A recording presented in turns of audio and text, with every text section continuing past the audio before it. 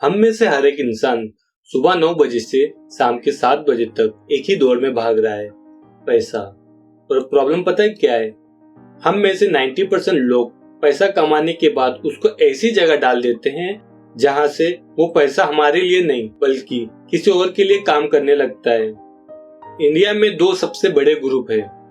पहला, टीम ईंट पत्थर रियल एस्टेट, जो कहते हैं कि जो दिखता है वही टिकता है। और दूसरा, टीम कोड इंडेक्स फंड, जो कहते हैं कि बिना सर दर्द के देश की ग्रोथ में पार्टनर बनो। आज इस वीडियो में कोई बोरिंग लेक्चर नहीं होगा। मैं आपको दो अलग अलग सोच वाले दोस्त समीर और रोहित की 15 साल की इन्वेस्टमेंट जर्नी दिखाऊंगा और एंड तक आपको समझ आ जाएगा कि आपका इन्वेस्टमेंट आपको आजाद कर रहा है या आपको एक नई नौकरी पर रख रहा है। Let's dive in. चलो शुरू करते हैं साइकोलॉजी से, क्योंकि फाइनेंस 20% मैथ्स है और 80% हमारा दिमाग। पहले मिलते हैं समीर से। समीर ने डिसाइड किया कि वह शहर के थोड़े आउटर एरिया में एक 45 लाख का फ्लैट लेगा। डाउन पेमेंट देने के बाद जब उसने रजिस्ट्री के पेपर हाथ में लिया तो उसके चेहरे की स्माइल देखने लायक थी। इंडियन सोशल सर्कल में समीर की वैल्यू एकदम से 2x हो गई। रिश्तेदार बोलने लगे, लड़का सेटल है, प्रॉपर्टी ले लिया है। अब देखो रोहित को। रोहित ने वही पैसा चुपचाप निफ्टी 50 इंडेक्स फंड में डाल दिया। उसके पास देखने के लिए कोई रजिस्ट्री का पेपर नहीं था, ना ही कोई चाबी थी। जब वो दोस्तों के साथ बैठता तो लोग पूछते, और रोहित क्या चल रहा है? रोहित बोलता, बस इंडेक्स फंड में SIP चल रही है। दोस्तों का रिएक्शन, अच्छा चल बढ़िया है, और topic change. Rohit social circle में हार गया, समीर जीत गया। लेकिन वेल्थ जनरेशन में असली खेल यहाँ से शुरू होता है। लोग अक्सर क्या कैलकुलेशन करते हैं? समीर ने फ्लैट लिया, 30,000 की EMI आई, 18,000 का किराएदार रख दिया। लोगों को लगता है पॉकेट से सिर्फ 12,000 ही तो जा रहा है। इसको कहते हैं the napkin math trap. Real estate कोई पैसिव इनकम नहीं है, ये एक अनऑर्गेनाइज्ड बिजनेस है। अब रियलिटी चेक देखो। 3 साल बाद समीर के किराएदार ने फ्लैट खाली करके चला गया। नया किराएदार ढूंढने में 2 महीने लग गए। 2 महीने तक पूरी EMI समीर के जेब से गई। नया किराएदार आया तो उसने पहले महीने का रेंट ब्रोकर को कमीशन में दे दिया। ऊपर से सोसाइटी वालों ने बोला, सर लिफ्ट खराब हो गई है, 20,000 का स्पेशल मेंटेनेंस दो। और फ्लैट के दीवार पर सीपेज अलग से आ गई। समीर जो कॉर्पोरेट जॉब में सुबह से शाम तक घिसता है, वो अब वीकेंड पर प्लम्बर के चक्कर काट रहा है और किराएदार के नखरे झेल रहा है। उधर रोहित क्या कर रहा है? वो वीकेंड पर क्रिकेट खेल रहा है या घूम रहा है। निफ्टी 50 के इंडेक्स फंड में इंडिया की टॉप 50 कंपनीज आती है। रोहित को कभी रिलायंस या टाटा के CEO का कॉल नहीं आएगा कि सर रिलायंस डिजिटल का वॉश बेसन टूट गया है, 5,000 भेजो। रोहित का पैसा देश की ग्रोथ के साथ ऑटोमेटिक चल रहा है, बिना किसी ऑपरेशनल स्ट्रेस के। लेकिन यहाँ पर एक बड़ा ट्विस्ट है। हमारे समीर को बिल्कुल बेकार नहीं समझना।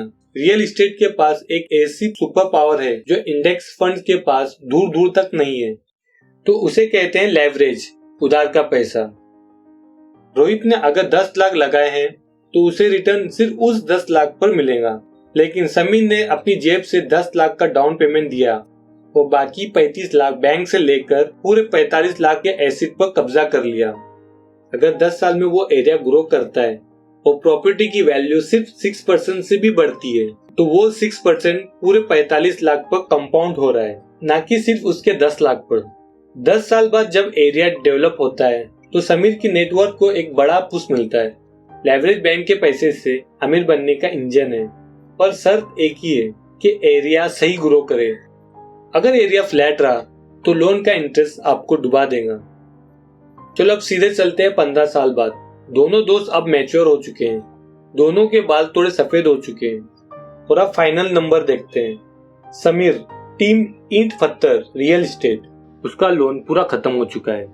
6% के एवरेज ग्रोथ से उसके 45 लाख के फ्लैट की कीमत अब लगभग 1 करोड़ 10 लाख हो चुकी है। रेंट भी बढ़ चुका है, लेकिन इन 15 सालों में उसने हर महीने जो मेंटेनेंस दिया, प्रॉपर्टी टैक्स भरा, ब्रोकरेज दी और जो हजारों घंटों का स्ट्रेस लिया, उस सब के बाद समीर के हाथ में लगभग 1,10,00,000 की प्रॉपर्टी है। Rohit, team code index fund. Rohit ने पहले ही दिन वही 10 लाख लमसम डाले थे और हर महीने समीर के आउट ऑफ पॉकेट एक्सपेंसेस के बराबर यानी 15,000 की SIP कंटिन्यू रखी। अगर हम स्टॉक मार्केट का कंजर्वेटिव 12% एनुअल रिटर्न मान ले तो 10 लाख का 54,70,000 होता है और 15,000 मंथली SIP 75,70,000। तो टोटल पोर्टफोलियो 1,30,00,000 बिना एक भी कॉल उठाए, बिना किसी प्लम्बर से लड़े। तो विनर कौन है?